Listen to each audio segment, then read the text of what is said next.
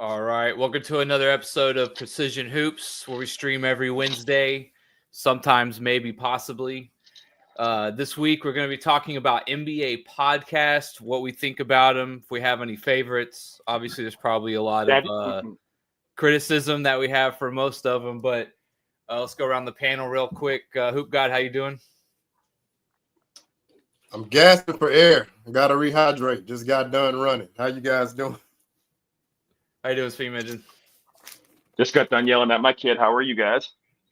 I know the feeling. I'm doing good. I got back from the gym myself today, so trying to keep it healthy vibes here, I guess, on Precision Hoops. But yeah, let's get into the topic.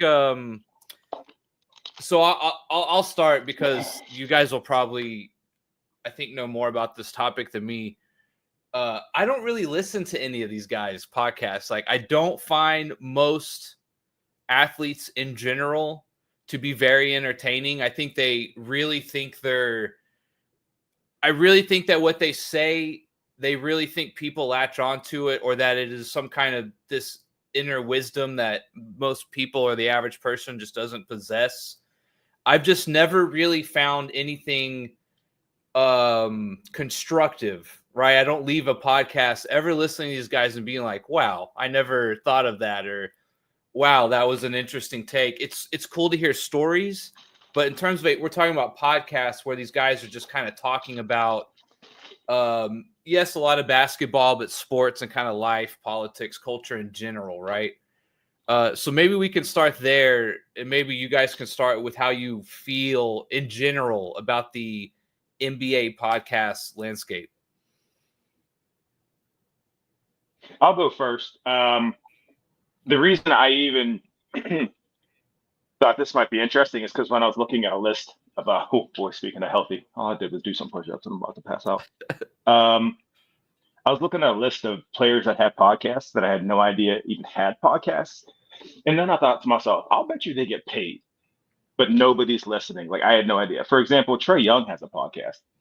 I had no idea. You know what it's called? Guess. Just guess. Like, think of the corniest thing you could think he would name a podcast. Is it the young man in the 3 or the Trey in the something? That young man in the 3 is JJ Redick's. Okay. You're really not that far off though. The young man in the 3, right? Yeah. No, that's what I just said. Don't tell me it's like ice tray or something like that. Don't tell me. It's called. Listen to this. It's called From the Point by Trae Young. Oh, okay. I was totally off. Okay. So let me listen. Let me tell you the description here. Tell you how unique of a perspective this is. The podcast features Young discussing life on and off the basketball court with a rotating cast of guests, friends, and peers. He co-hosts the show with his childhood friend Winston, which is a fantastic name. And episodes cover topics ranging from NBA season recaps to personal experiences and interviews with other athletes. Now, I'm going to do my best not to be sarcastic. It is something I'm working on because people can't read it very often sometimes. That sounds like literally everything. I was going to say it sounds like a horoscope, like NBA horoscopes of players. It's like, follow Gloria. She goes down her path to womanhood, right? And like that's how it almost sounded. It's like, this isn't some coming of the age tale of redemption or no BS like that. And there's like 50 of these, each from a different player, each with their own quote unquote unique perspective. And it's like, all right, if everyone's unique, aren't we all unique then at that point? So then nobody's unique. It's like this paradox. So anyways, that's what took me there. And and then, like I said, even though it's not basketball, I had noticed how kind of messy Shannon Sharp had been moving in the past and just recently and just kind of all over the place. And, you know, when I start to see these podcasts delve more into the reality TV way, like the Hip Hop Wives way, the Love and Hip Hop way, the Basketball Wives way, it just becomes very chatty and very not about basketball. I'm noticing it's not like it's not a good trend. That's my typical optimistic first thing I talk about. Yeah, and real quick, someone was asking how many players have a podcast. So I although I don't listen to a lot of these guys, I was trying to like get a lot of numbers and like some kind of, you know, a mile long but only an inch deep kind of understanding of what we're talking about. It would appear that if it seems like it's probably in like the 30 to 50 range, I would imagine, of actual players or former players, just in general, people who have actually been in the NBA or the league. It's probably somewhere around there. Now, if we include just anyone talking about basketball or NBA, there's hundreds, which I think is just way too many, right? I think the podcast game is so saturated right now. That's another problem with all this. It's too much. Like, and this is where I think we're kind of both saying is like, none of these guys really stand out off the court in the podcast world at all, really, in my opinion. Again, there's some good clips and stuff, but most of these guys just are not, you know, like podcasting and working the radio is like a whole different skill kind of thing.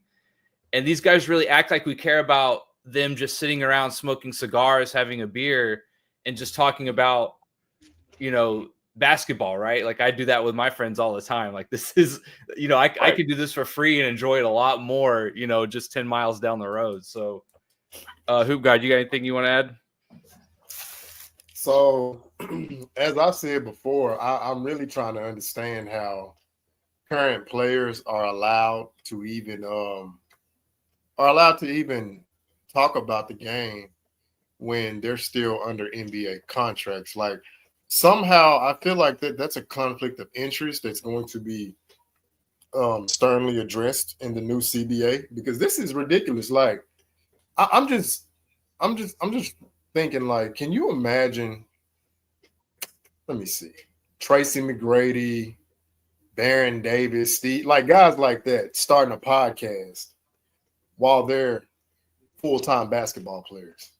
David Stern would never allow that to happen. The fact that these current players are so eagerly and willing to just undermine Adam Silver, it's embarrassing because the guys who are done playing, that's one thing, you know, they're on the other side.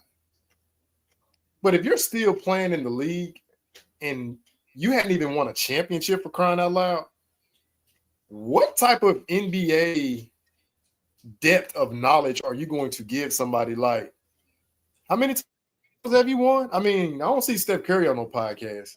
I don't see Klay Thompson on the podcast. These guys, I mean, I don't really count Draymond Green because he's an attention seeker. You know, he's like that guy in a boy band that, you know, he thinks he's the star, but like, bro, you like way in the background. Like, just chill out, man. You just doing too much. But yeah, you know, I was sorry, go ahead. No, I'm just saying, like, you know, like Jason Tatum and Jaylen Brown, they're not on a podcast. Jokic, like, you know, these guys, they understand the assignment. But it's like these other guys who, you know, they're just not championship level players. Like, bro, what have you won? I mean, I'm really trying to understand what is the point that you have to create a platform for you to talk basketball when you hadn't even gotten to the mountaintop. Like, I'm just confused. But yeah, I really just, I don't like it because I feel like they're trying to undermine the guys who have retired and, you know, like they're actually being monetized for it. Like, you guys are players. Focus on your game. Like, focus on being healthy. You know, that's my take on it. Yeah, and I was going to say, obviously, I think we say this with the ironic understanding that we are also people just doing a podcast, right?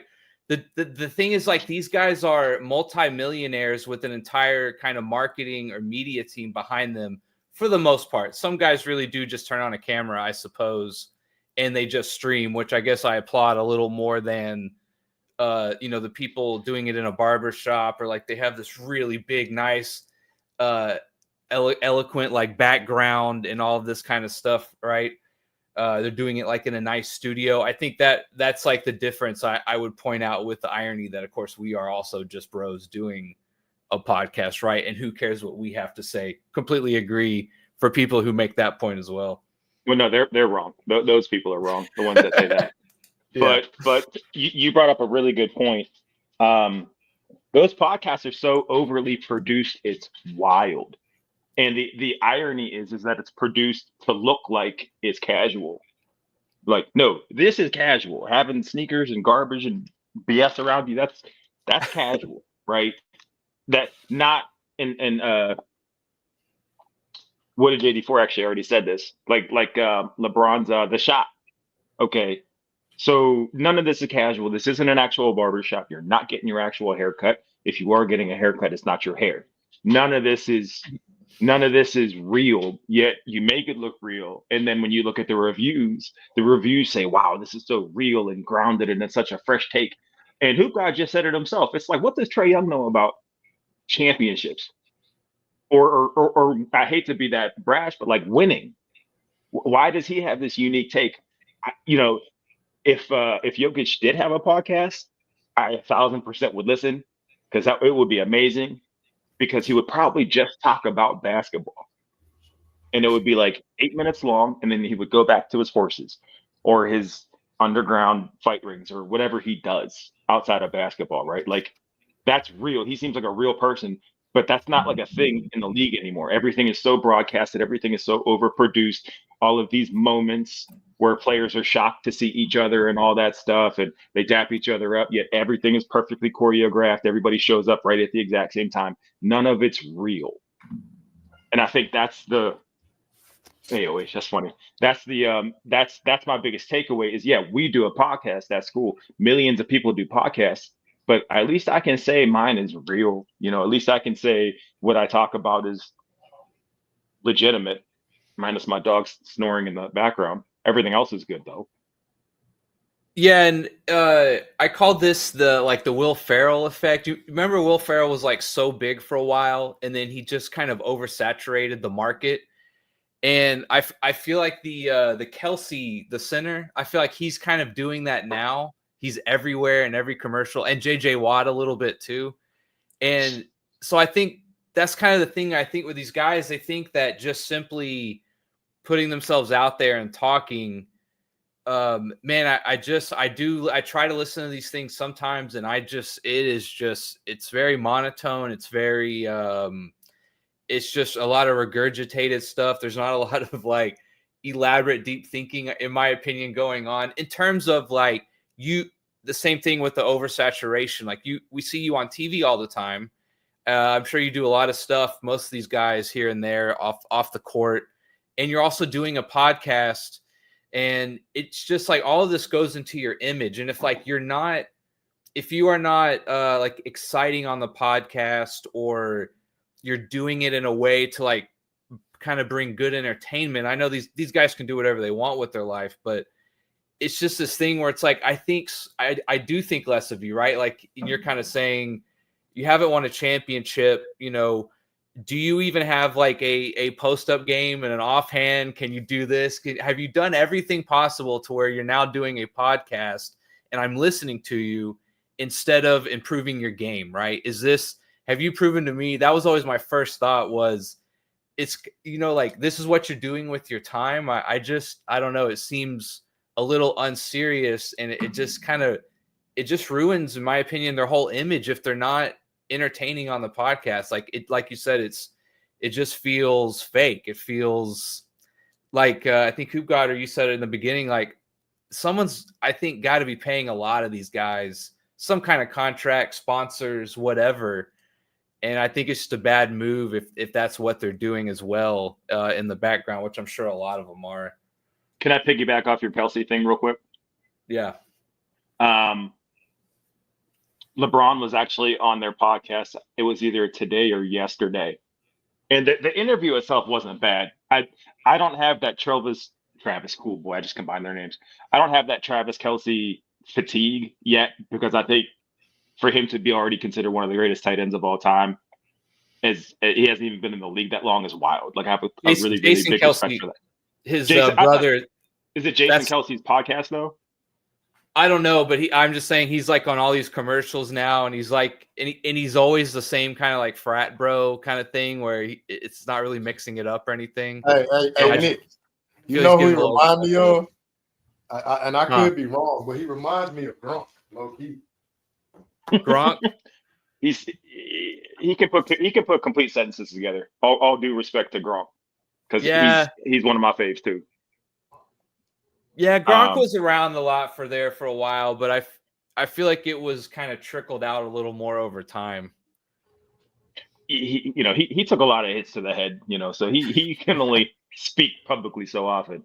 No, what I was going to say was though that they had LeBron on there the other day, and a lot of these podcasts I'm noticing are very tone deaf. A lot of what they talked about was like LeBron's first shoe offer, how popular he was at his games, stuff like that, which I'd say 99% of most athletes can probably get away with, right? But you'd think by now, and I'm sure the answer is no, if somebody like LeBron would be self-aware enough to know that nobody wants to sit there and listen to you talk about how you got a $10 million offer from Reebok to not talk to any other shoe companies, right? Like you can't sit there and talk about how sad you are for some terrible thing like these fires, right? And then in the same breath, sit there and talk about how popular you were and how hard your life was because you were so popular and how difficult it was for you to turn down $10 million and stuff like that. I'm noticing that, and that's just the easy example, right?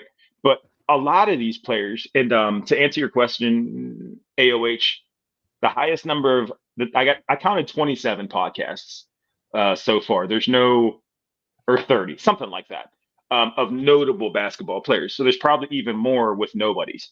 But they're all just kind of just like a what was that MTV show? The Diary of whatever. Like it was like a day in the life of this person. It's literally just them flaunting all of their excess, which I don't care. Like you've earned it. That's cool. But it's just it's tone deaf. It's I don't know.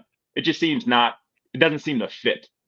And to your point, it's like, why nobody really cares about our lives, respectively. Like that's the whole point, is nobody wants to turn on something and just listen to what you think. You have to be talking about something that everybody else is interested in. But these guys found a pocket where they can get paid to do that. So yeah, I don't know. It's probably just mostly jealousy coming out of me. I don't know. Hoop, you should go before I start crying or something. I was just real quick. It also feels lazy. I think that's another good way to put it. It like oversaturated. It feels easy. It feels lazy. It like this is what I mean. Where no one in terms of the podcast world, I don't really think any of these guys have really separated themselves as like, oh man, like this guy talks about basketball, but like also he's funny in this, and you got to watch that and that kind of thing, So it's just all kind of becomes monotonous at the end of the day in a way. Like it's just kind of all white noise in the background because it just feels, easy and lazy, and it's just what they're doing. So it's like it's not enticing anyone to want to watch, in my opinion. That's like my big issue with it. The amount of yes men is my second big issue.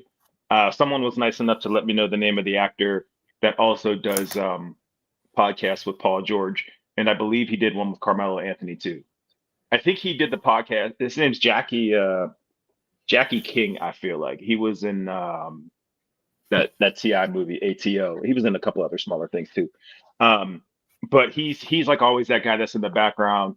Like, so for example, when Carmelo Anthony was complaining about, he said Jokic or the Nuggets were trying to screw him by giving Jokic his number, even though the timing of all that was all off.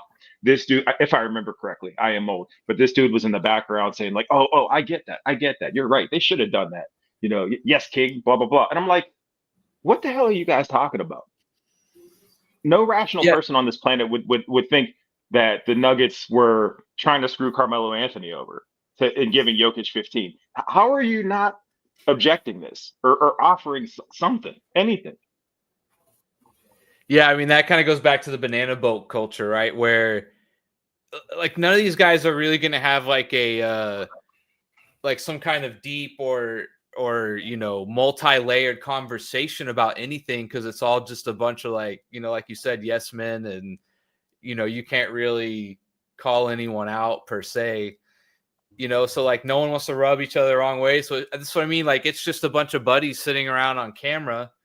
I feel like we do a little more than that, right? Like I kind of started my channels because I like doing like edits and stuff like that, and it just kind of evolved into other stuff.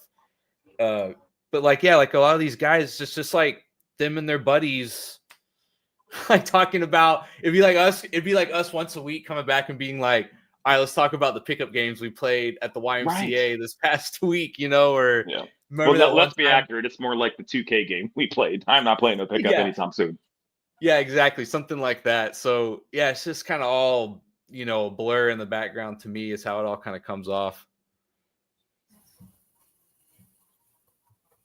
We still got Hoop God with us. Yeah, I can never tell. Your lighting's not great, Hoop God. Your lighting's not good, Hoop God. Yeah, I'm aware of that. But no, but that's the thing. Like, no, nobody wants to challenge anybody. It's kind of like they've created a safe space.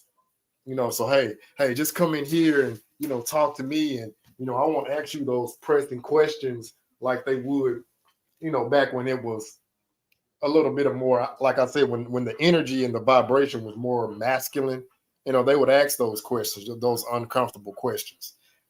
Prime example, when they invited Kobe Bryant to come up and explain, his rationale for the 3-1 lead. Now, I'm going to be honest, as a Kobe guy, I felt like he was pouting, but to his credit, he went up there, he didn't shy away from it, and he faced the music like a man. He gave his reasonings why, which I don't agree with, but the way he articulated it, right, someone on the outside looking in can understand it, because I'm of the mindset, nah, man, you up 3-1. Hey, forget what the critics think, man, put him away. But, he did.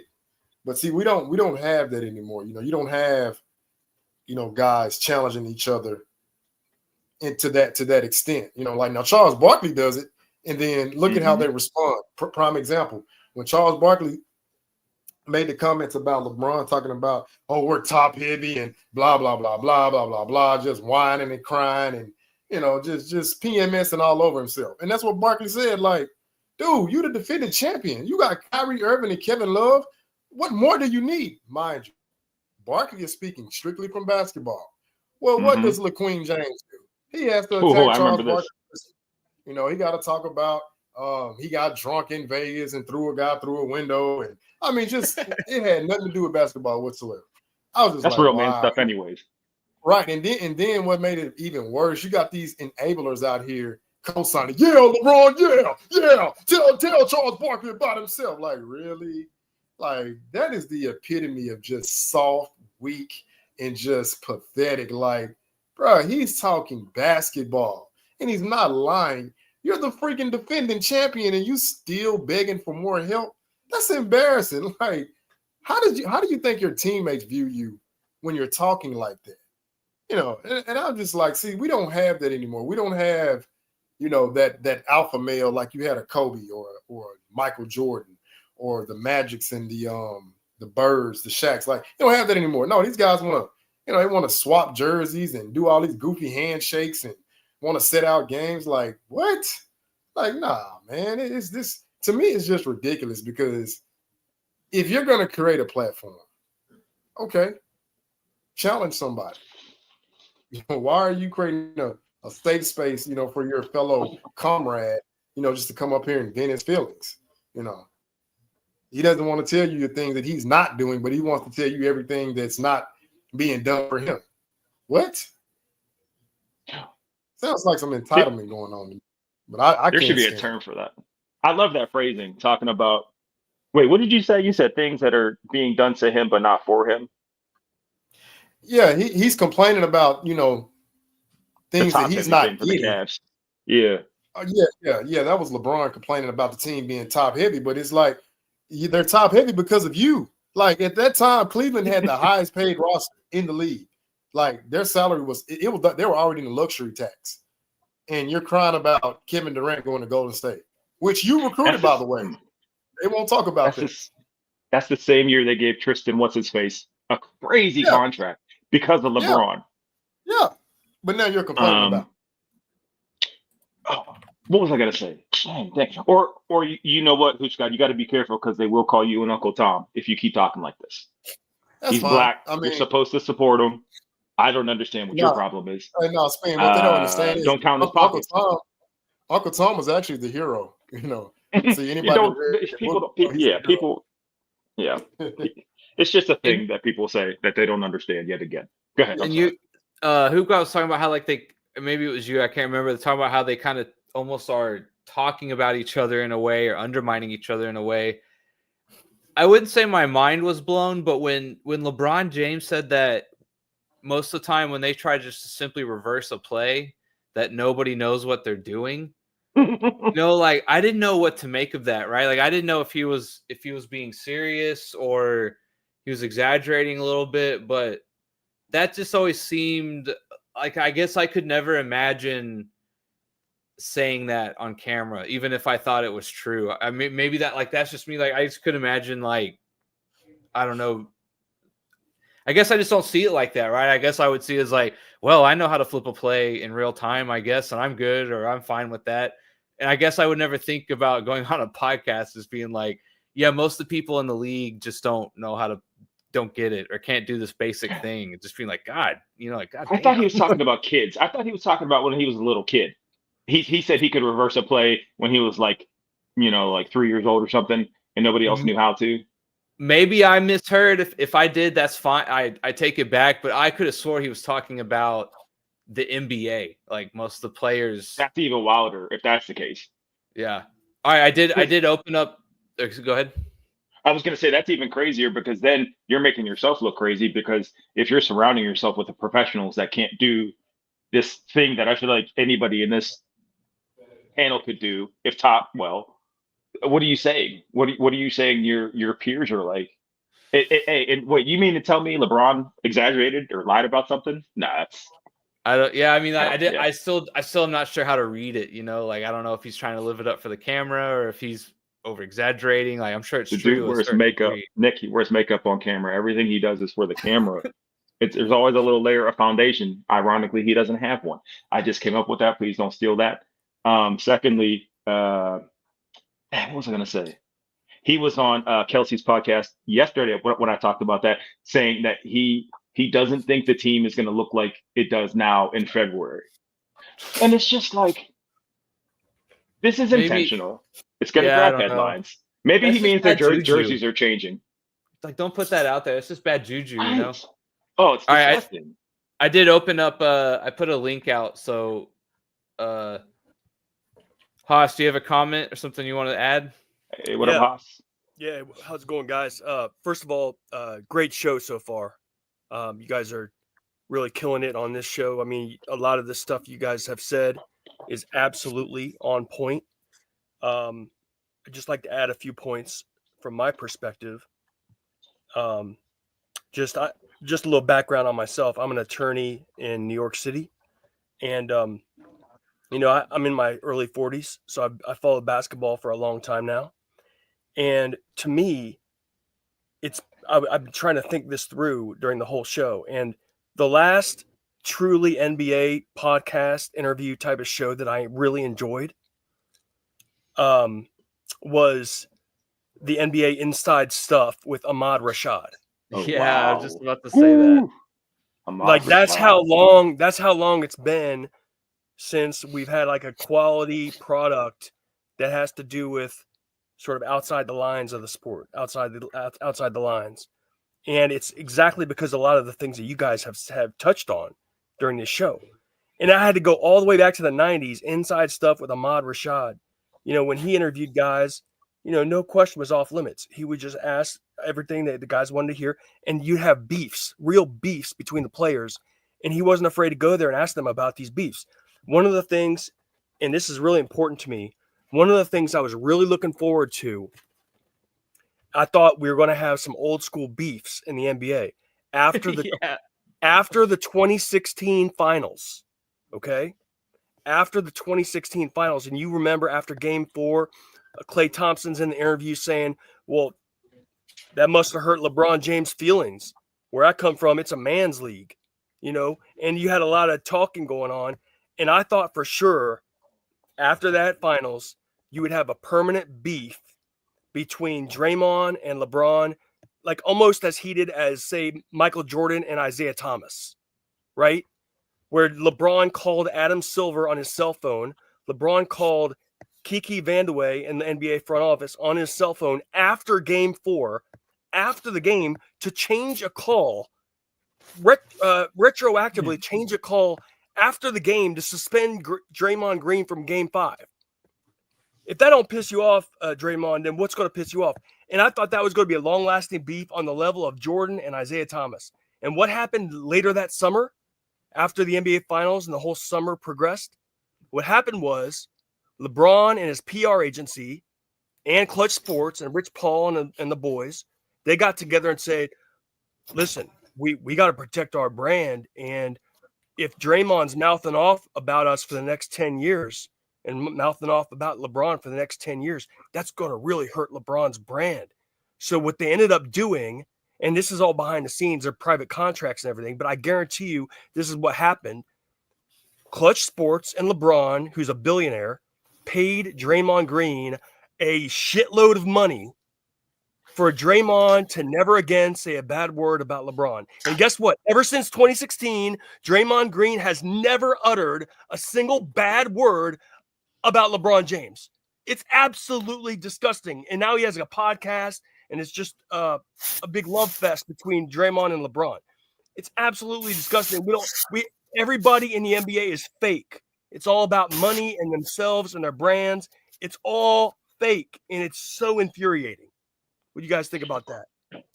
Yeah, I mean, I think also like the rise of social media and all of the gotchas and stuff like that, tabloid stuff. I think me personally, I think that is a big sort of, how would I put this? Like, I don't want to say it's the reason, but I think it's one of those things where it can be used against you real quick.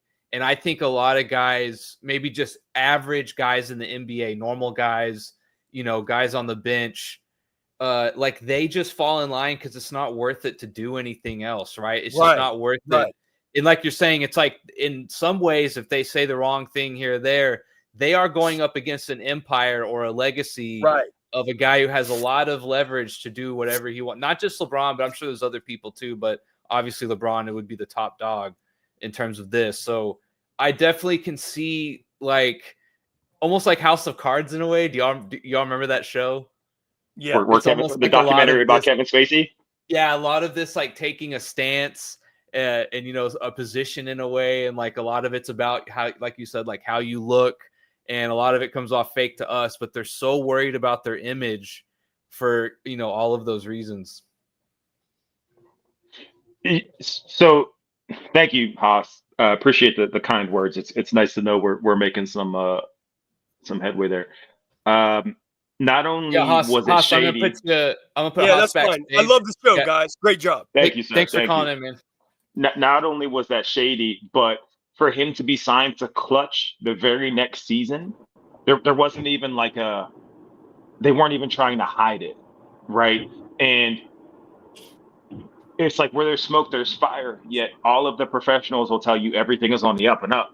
But it's like now you're just playing everybody for a fool, because everything is happening in line exactly as it would if this was I don't know. I hope everyone in here has seen Blue Chips. Something like that, where everything that looks like it's shady, it's actually shady, and it's okay to talk about it. I would go as far as to say that if I remember correctly, Draymond had like a 30-odd point game, the game after the suspension, right? That's cool and all, but the Cavs can afford to let Draymond go off. Who cares? Who cares if Draymond scored 50 points? Who cares? They're meaningless buckets.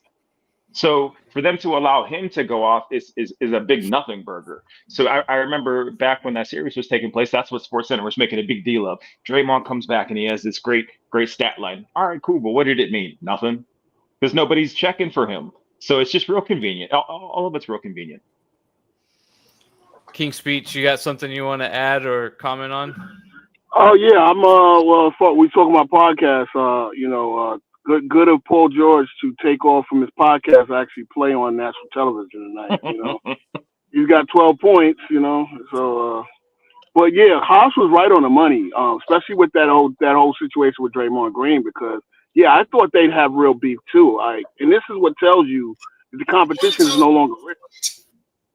The competition out there is no longer real. Like, I mean, these like the way, you know, I don't want to say the wrong thing, but the way he glazes LeBron is just, it's unsettling because this is supposed to be one of his best physical rivals in the league, and you know, it's just he's always and you know, one thing I was gonna say too, these podcasters, they would be a little bit more interesting if they took like a little media shots, like gave us some bulletin board material. But the only one that actually does that is Draymond Green because he's always taking shots at the Knicks. But they're not real rivals. They only play twice a year. They're likely not going to meet in the finals. So that's why he does it, because it's safe to do, and ESPN always does it. So they don't take shots. They don't talk smack. Even if in a playing manner, they don't do it. It's all kumbaya there. So it's none of it is interesting. I would say like my two Knicks, the roommates, have a nice podcast, right? They don't really talk sports. They do more interviewing celebrities than anything, or interviewing Knicks legends. But the problem with that podcast is they have way too many commercials. Like every 5 minutes, they're stopping for a commercial, for a plug. For an ad read, yeah, I hate that. I hate that. Yeah, every 5 minutes, I'm like, guys, you got like, you know, why don't y'all do that at one part of the show? Like, but no, every 5 minutes, somebody's got to get a plug. So I guess that's why they're paid to set it up like that. Yeah. Yeah. Real quick, Nick, let's hold off on saying we hate commercials until we start to get sponsored, and then we can say we hate commercials, right? Facts. We love commercials. We love commercials. They're paid handsomely to but yeah, just. What do you think, AOH? Oh yeah, what's up, guys? Hey, what up? What up? What's going on, sir? Hey, what's up, Hoops God? What do I think? That's all you're gonna give me to work with? What are you got? Christ, wow, the momentum has stopped. Like, this is why we don't do this. Philosophically wax, you know, just tell us. Man, I just can't get the vision of Paul George out of my head, talking about needing to go on vacation while he's sitting in his house in a tank top on his podcast. I'm like, you're probably on the beach. You have time to go podcast, and you're complaining about playing during the All-Star break? I can't get it out of my head. And man, could he hit the gym? There's one thing he could do instead of podcasting. Could you hit the gym, please? And I can't believe there's 27 podcasts. There just isn't enough to talk about. These, you know, obviously these guys use these as platforms to explain away their behavior and explain away their failings, but it goes beyond the podcasters. Even the professional analysts, and I'm not going to call these guys professional, but Skip Bayless's co-hosts before he finally went out were just terrible. Like Marcellus Wiley did not prepare at all. He didn't prepare at all. Like, he was wrong with his takes. He couldn't pronounce anybody's names. And you sure you don't mean Keyshawn Johnson? Huh? You sure you don't mean Keyshawn Johnson? Oh, I do. Shit. I was gonna say, yeah, no, I wasn't trying to be funny because I like listening to Marcellus Wiley. Keyshawn's a moron though. But go ahead. Sorry. Yes, I do mean Keyshawn. Ooh, there's a racist joke in there somewhere, but I'll save that for your show. Yeah. Fuck. I mean, you done it now. You done it now. We all look the same. You just proved it. Go ahead.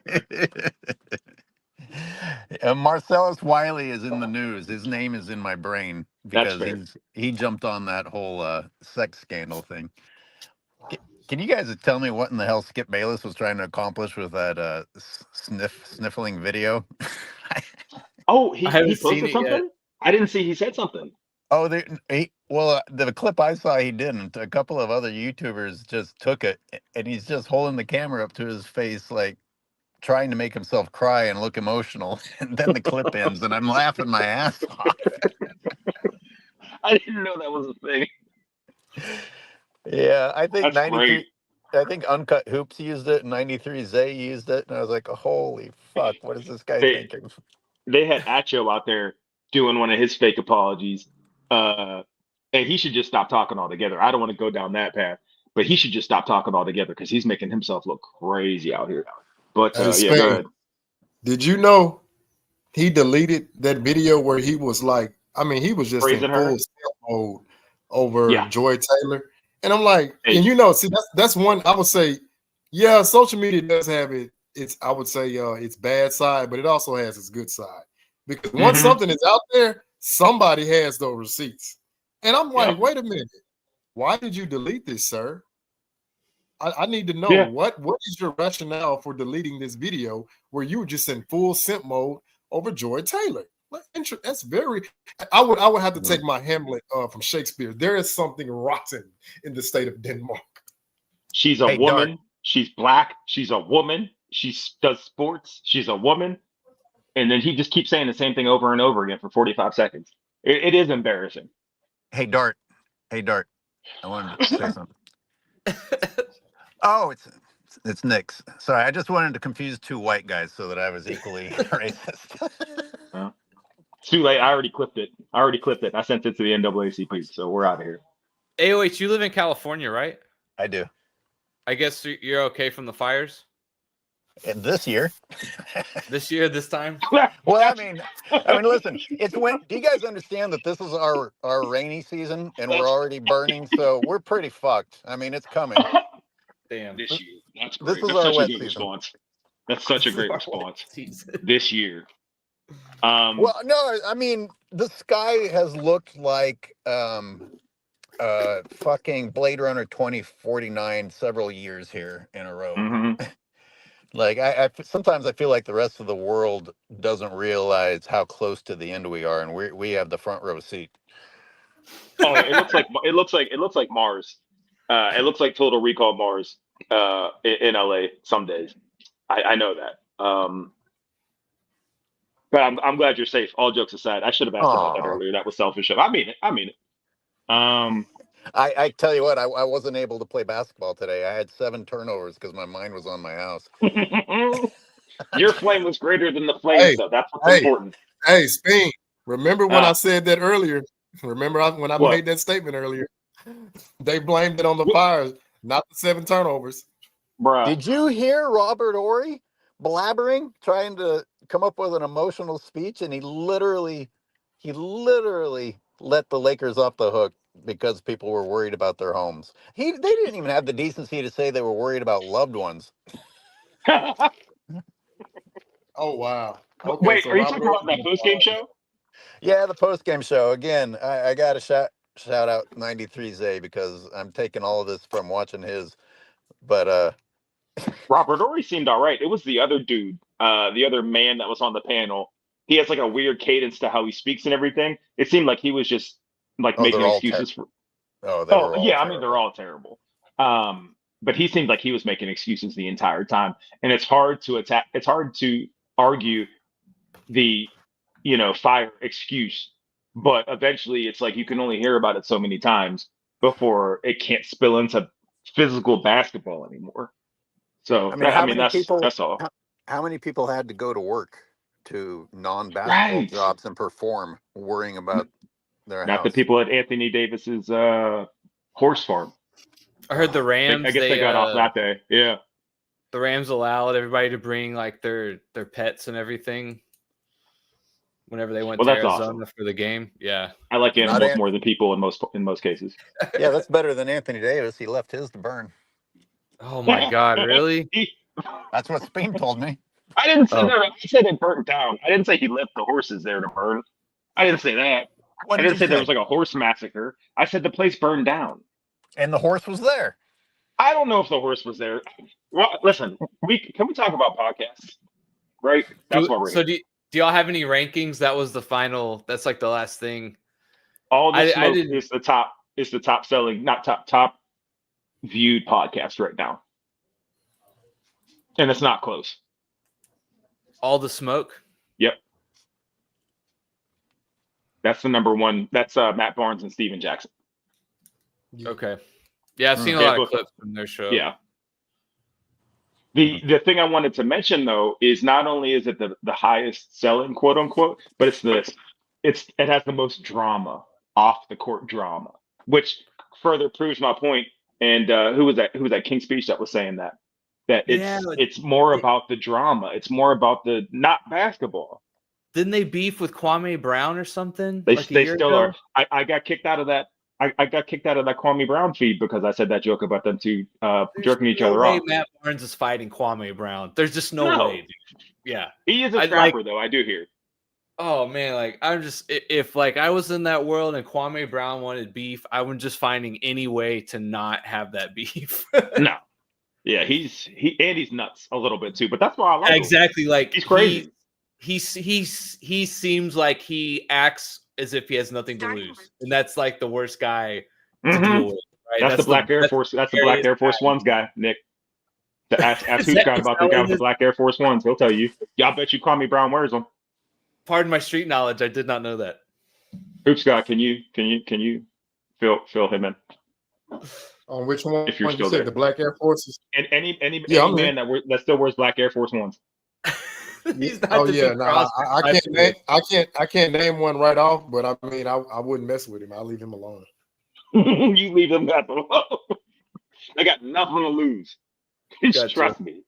So there's just the number one. Shannon Sharps was up there too, just talking about sports. But then I thought he didn't really blow up until the Cat Williams interview, which again had nothing to do with sports. Yeah, so exactly. now, right? Yeah, good.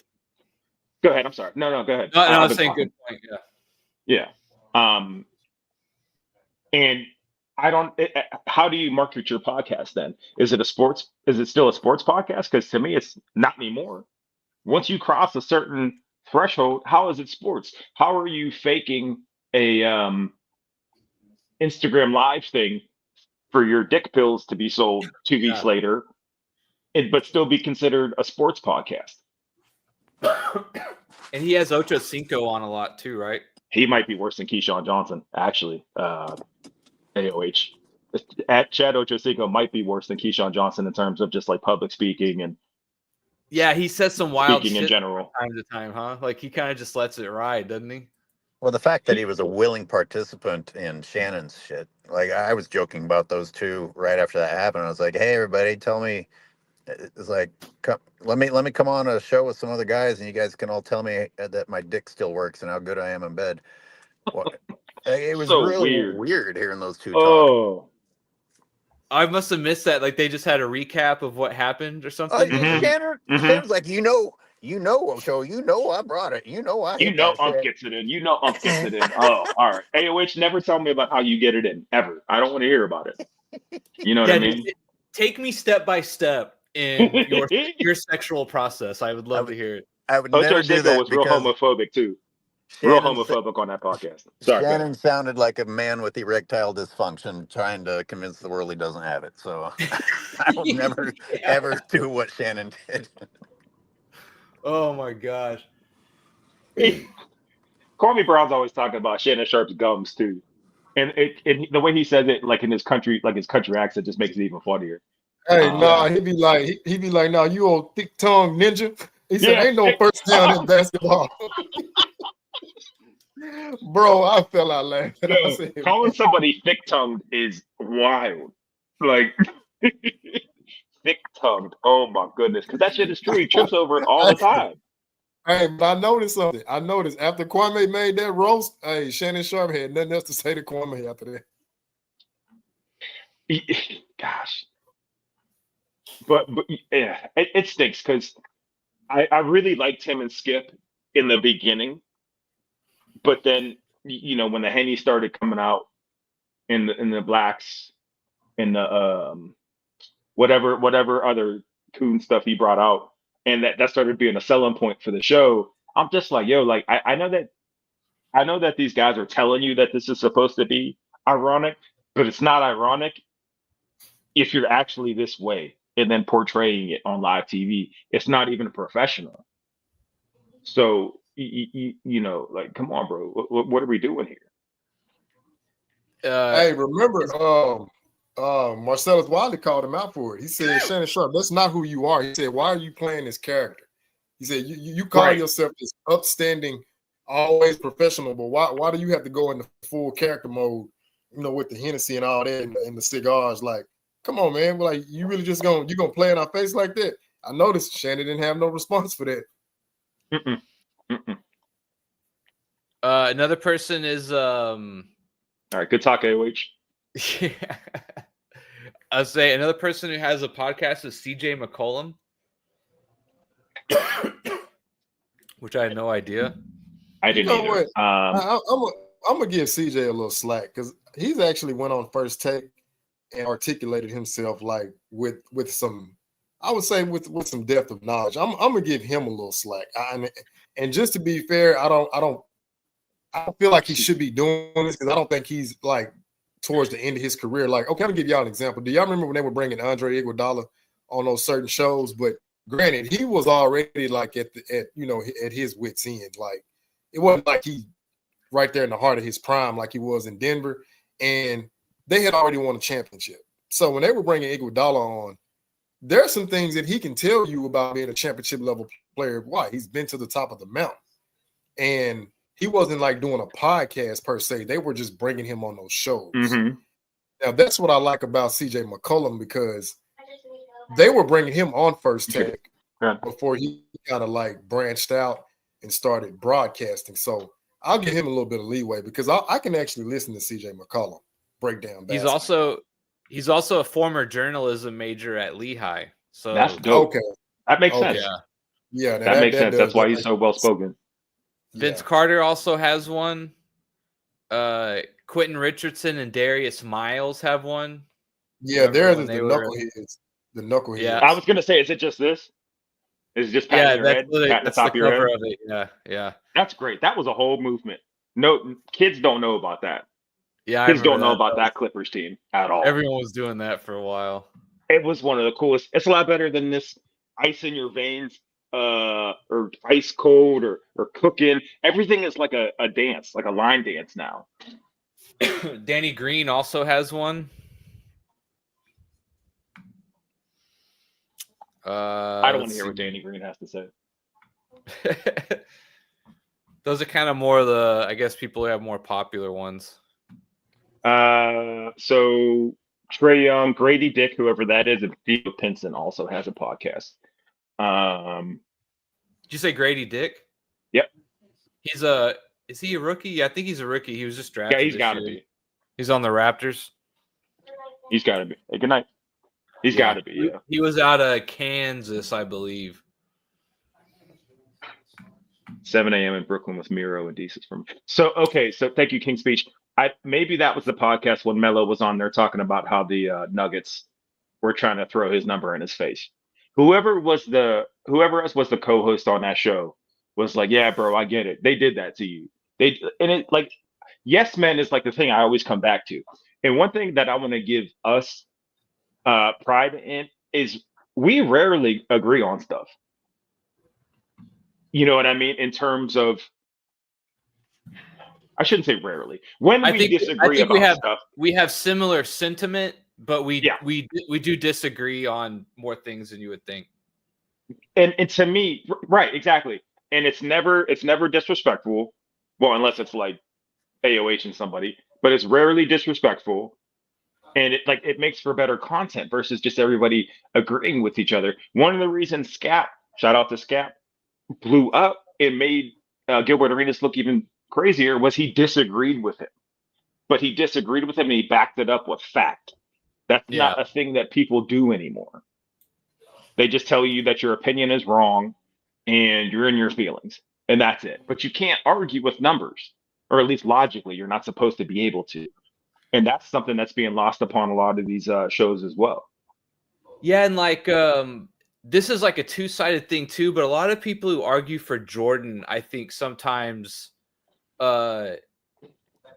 they do kind of say that too, where it's like Jordan is the GOAT, and it's like, okay, yes, I agree, but you have to understand with like these nerds and stuff, like you're gonna have to break it down, right? You're gonna have to give them 3 or 4 good bullet points or talking points besides 6 for 6, right? And so I feel like that's like on the other side too, where it's just sort of like, all right, whatever. Don't you think we've been Nick, you just said something. No, Nick, you said something, and I broke it down in the most simplest terms as humanly possible. I asked him, I said, who have been the best players to win championships, and they were the best player on both sides of the floor for an extended period of time?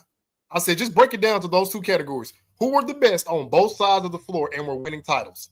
Because when you simplify it 100%. down to that, yeah, there's only 100%. There's only three. There's one. Oh, two. No. Okay, yeah, no. I know it's one guy, but when I say championships, meaning you're all NBA first team, all league defender. That's Jordan, that's Kobe, that's Tim Duncan. And I'm saying Jordan because I mean, of course, you know his resume, but Kobe was also in there because he was first team all defense, first team all NBA, winning titles. I said, if you just simplify it like that, were you all league defender and your first team all NBA, winning titles? That's literally Michael Jordan. And then you got Kobe next, and then you got Tim Duncan. So I'm not trying to argue. I'm saying like it goes all around where like in this new age of like debate bros and stuff like that, like Scap and even on myself, I consider like there's agreeing, like you say, like Gilbert, and then they just say stuff and everyone kind of just goes with it. And then once you actually like poke and prod them a little bit, you understand that they don't really have a good like thorough way to elaborate their point, right? And I feel like that's just like all around in this new age of I call them debate bros, but in this new age of that, like you have to be ready to argue and debate instead of just talking basketball. If that kind of makes sense. That's kind of what I was trying to say, right? No, it does. And shout out to King's Speech. Yeah, shout out to King's Speech. Yeah, you're right. I forgot how King too. But yeah, that's what it comes down to because they're not really what I noticed. There's this thing like, and I can see it. There's a flaw in their critical thinking, which I don't even want to say it's a flaw because I don't even think it exists. But they'll say this, right? They'll say, well, LeBron is the greatest of all time because he has all the stats, right? And I'm like, wait a minute, So you're telling me he's the greatest of all time because of his stats? Now watch this. But they'll say, you can't prove me wrong. Well, sir, I didn't make the statement. I'm like, okay. I said, you know what? No. I said, let me play your game. I'm like, I'm bigger than Shaquille O'Neal. You can't prove me wrong. They don't know how to respond to that. I'm like, no, it's not my responsibility to disprove you. If you tell me you think LeBron is the greatest of all time, okay, prove it. Like, it's not my responsibility. But they want you to prove their theory. And I'm like, I want to know, how far did you guys get in school? Or did you even take critical thinking? I mean, I'm like, are we really living in a world where you can just say anything and somebody else got to disprove it? Yes. I'm like, wow. Burden of proof is not a thing people even can conceptualize. They just say it. They say, if you disagree, I'm going to tell you I have anxiety and I'm going to kill myself. And then you can't tell me I'm wrong. And Speem, it's another sneaky tactic that they'll use, right? When you say that I believe Michael Jordan was the greatest player, right? The greatest player on both sides of the floor. Y'all heard me say greatest player on both sides of the floor while winning championships. Now, they'll do this. They'll just forget everything else you said. Oh, well, if it's championships, then why is it Bill Russell? I said, okay. I said, best player on both sides of the floor. But you're going to ignore that. You're going to ignore that part and just automatically just take championships. So you just didn't hear the other part, right? I'm like, straw man fallacy. The straw man. Yeah, fallacy. I'm like, I'm really over here. Like, do you guys? I'm like, I'm thinking. Do they not offer critical thinking? Is it like in cursive writing now? Like, is it no longer required? Because I'm lost. Like, seriously, I'm lost. Ooh, can I? So real quick, shout out to Jamal Richard. Real quick, too many fake debates. It's to the point now where the debates will be, hey, do you think LeBron's number one, or do you think he's A? And it's just like, you're tipping the deck no matter what. Like, do you think he's the greatest pass first basketball player or the greatest player ever? And it's like you're loading it up for you to frame him as the greatest no matter how you answer this. And some people pick up on it, but other people don't. They're like, oh, I guess he is the greatest. No, yeah, right, exactly. You said it. See, they want to get people who don't pick up on it, right? And I'm not going to mention their names, but I call them Throat Kingdom. Yeah. I'm not going to mention their names. But yes, they would use those tactics, right? And then when you identify it, they just spaz out. They just crash out. They get the name calling. And I'm like, yo, wait a minute. We talking basketball. I didn't know this was a third grade. They call me light skin. They call me light skin hoops, God. The second I get on their nerves, I get called light skin. Go ahead. I'm sorry. No, you're good. But I noticed that, and I'm just like, okay, so now I've identified that. I'm like, first of all, I'm not arguing nobody who can't write in cursive. All right, I'm not even doing that. Secondly, clearly critical thinking has just been eliminated from the public school system, because I know when I came up, we had to take like the bare minimum of critical thinking. Like you said, avoiding distortions, avoiding the deflections, not the criteria, what they call moving the goalpost, and the name calling. Like those 4 elements right there, we had to identify, and of course the burden of proof. And I'm like, is this stuff not being required? Because I'm like, this is just the foundation of like everyday conversation. Not even if you want to go into journalism or the political side, or what's the one I'm looking for? Civics. I think this is civics. Like, not even going into that, just basic dialogue with somebody. Those 5 elements right there, you have to be able to be like, hold up, wait a minute, that's not what I said. Don't put words in my mouth. And I'm just like, is this where society's going? Like, oh my gosh. Bro, you try arguing with anybody your complexion during that whole Drake and Kendrick beef and not get called Drake or told you listen to Drake songs. That's a difficult time for people that look like me, Hoops God.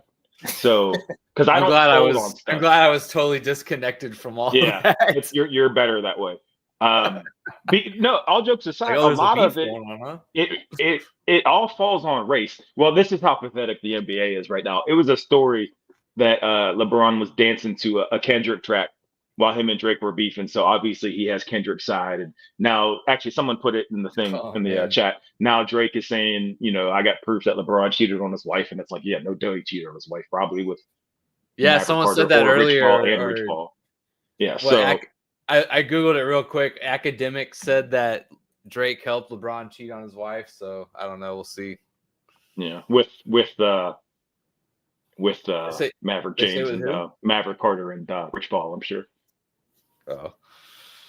All right. Do we have Yeah, if we're talking about I don't want to go down that path, I don't think. Yeah. We have any final words on the podcast topic? Yeah. In the new collective bargaining, put a clause in that says, while you are under an NBA contract with a team during the season, you are not allowed to have your own separate broadcast pertaining to this game, or you will be heavily fined. Do that in the off season, not during the regular season. Focus on the game. That's your job. That's what I feel like it should be implemented. But that might be wishful thinking. I just wanted to say that's an interesting take. Adam Silver doesn't have the heart for that. Yeah, I was gonna say I doubt they ever do that, because that'll be seen as like controlling the players and stuff like that. Well, so okay, real quick before we go, that's not that different though than the clothing thing when they started hitting Iverson about his how he dressed. That's not that. No. Wait, Speen. Correct me if I'm not wrong. Would that not be equivalent? I mean, if it's not, tell me. There was a big hoopla about it, though, if I remember right. But it was fair because it's a profession. You're showing up to a job. If your job has a dress code, you have to honor that. What Hoop Scott is describing isn't that. It's kind of the same.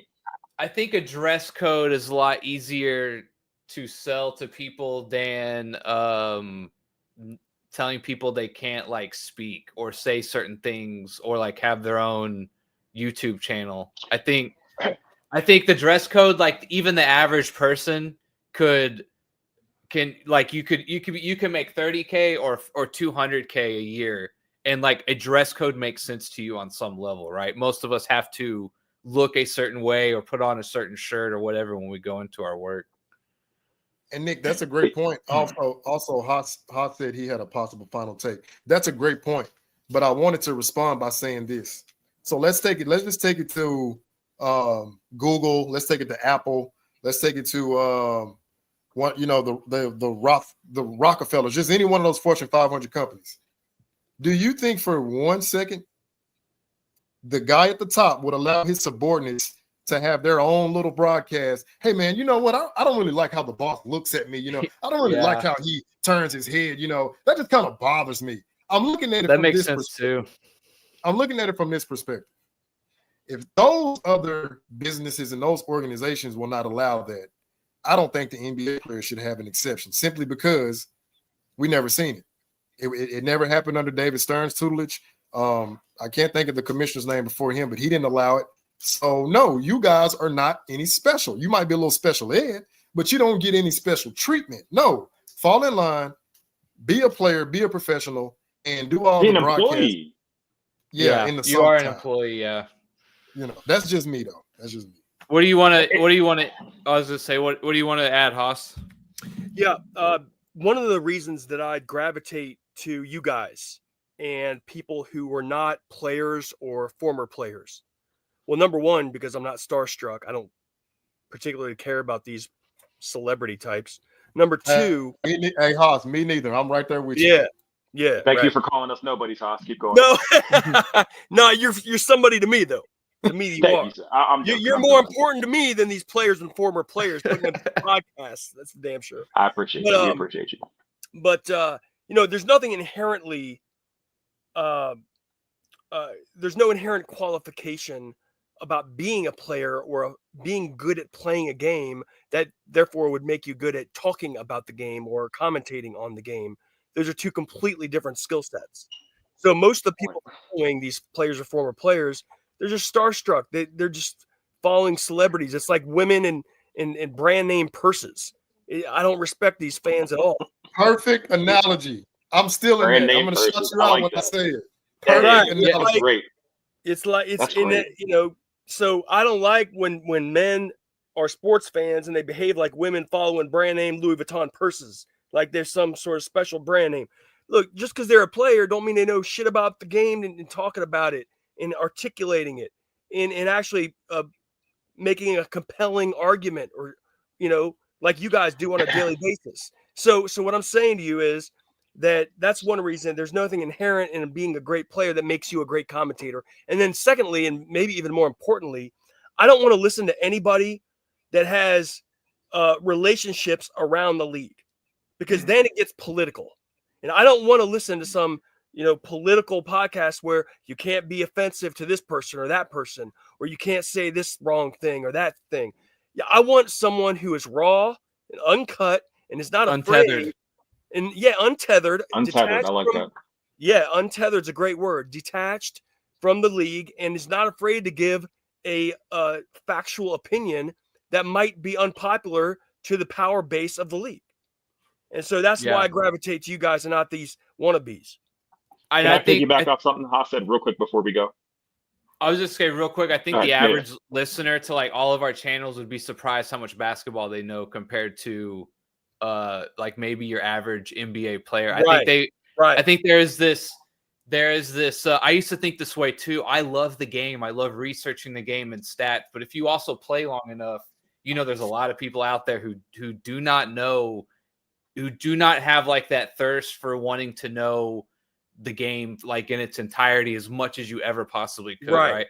Yeah. You mean like Gilbert Arenas? Who couldn't he couldn't respond to anything Scott was saying. I mean, it was just embarrassing. He was all those defensive shares like Gilbert. It's win shares. Well, when he said take the Europeans out the league, that was the most ignorant comment I think I ever heard on any show ever. Yeah. What were you gonna say, Speed? What I was gonna say was great point, Haas, but also one of the attacks that non-players get, though, is that you can't speak on this because you never played the game, which is ridiculous to me. It is ridiculous. Because if that's the case, well, then I can't have a comment on a movie because I've never directed a movie. Right? I can't call your child ugly because I've never birthed a child. Like, it's so convenient for you to pick that for this sport that you love. Yet, how many basketball games did you play? Right? Like, I'll bet you right now, someone like, someone like Dart, I'll bet you he knows more about basketball than John Morant. Right. I'll bet you right now he does. Right. Does that just mean that if Jordan says something that contradicts Gilbert Arenas, that he's just automatically right because he's the greater player who's played more games and's done more, right? It doesn't like quite work like that. They don't do that to themselves. They only do that to the outsiders. Yeah, there's got to be some logic, some reason, some articulation behind the viewpoint. You just don't get to affirm your viewpoint because you're a celebrity player. That's not how it works. And I wanted to say this too, because I have to be very precise when I make a statement. No, I don't think you necessarily have to play the game to have a comprehensive You just have understanding. to be Prime around example, it. You have to be right, around the game. right. Prime example, like Greg Popovich. To my knowledge, he never played, but he was around the game long enough that he had a comprehensive understanding, to the point that I could listen to him talk basketball, seeing that he has so much depth of knowledge. I Much would like rather listen to a coach rather than a player. I agree with you. my point, just like Coach K, right? How they I said it's funny how they try to keep this guy out of the top 5, but I'm like, yeah, Coach K was the one who said he had a lot of concerns, glaring concerns about Team USA, and they had to go recruit this guy from the Los Angeles Lakers wearing number 24 to bring back the gold. But y'all want to convince me he don't have a case of being top 5. Okay. Dart, you've graced us with your presence. How are you? Bend at the knees, peasants. No, I'm just kidding. No. I just got done work, and I saw that you guys were having this interesting conversation. And one thing I want to say, I think there's a difference, because I'll speak for myself. There's a difference between understanding the history of the NBA and then understanding the game. So, like, for instance, like, I'm not going to claim that I know more about how to play basketball than Ja Morant, but I would say that I probably know more about basketball history than probably, I think probably a conservative number is 90% of current NBA players, I was probably gonna say at more than least that. over half. Yeah. Yeah, at least over half. I'm pretty sure I know more, because some of the things that these guys say about past greats, it seems that they really only have knowledge of the current NBA or just the recent NBA. And but I would never say that I know or with somebody like Gilbert Arenas, like that I know more about playing basketball than them, because I don't. Even and me personally, and to your point, Hoop God, there are people that study the game, that have interpersonal skills, that know how to coach, that may not necessarily know or have the ability or know how to actually perform it themselves. Some of these moves like jump shots or dribbling drills or what have you, the plethora of things, the things that you do in basketball. But to your point, there are a ton of people that know how to teach it, that doesn't mean that you don't know how to play basketball in the same light. But in respect to talking about the history of the game, which I think most people do on these shows, they say, well, this guy is greater than this guy. I think they, for one, misuse terminology, have recency bias, and don't understand that time is different in respect to how the game is played. And they account for everything in a vacuum, which isn't real. It's like they're playing 2K with these analogies or these comparisons. To say that Bill Russell isn't as great as, I don't know, like Draymond Green or something. I'm sure I've heard that before, that he couldn't play, but like Draymond Green is essentially Bill Russell in the NBA. People just don't understand the difference between words and how the game has progressed over time, and that these players only existed in their time and space. It's not a video game. It's not make believe. It's not imagination. These great players of the past accomplished the things in reality, in the moment, in time and space. So to say that these guys weren't great, or they couldn't shine the shoes of somebody like Kevin Durant or something or whatever, I just think is entirely disingenuous, or people don't understand reality. They just play in the world of imagination.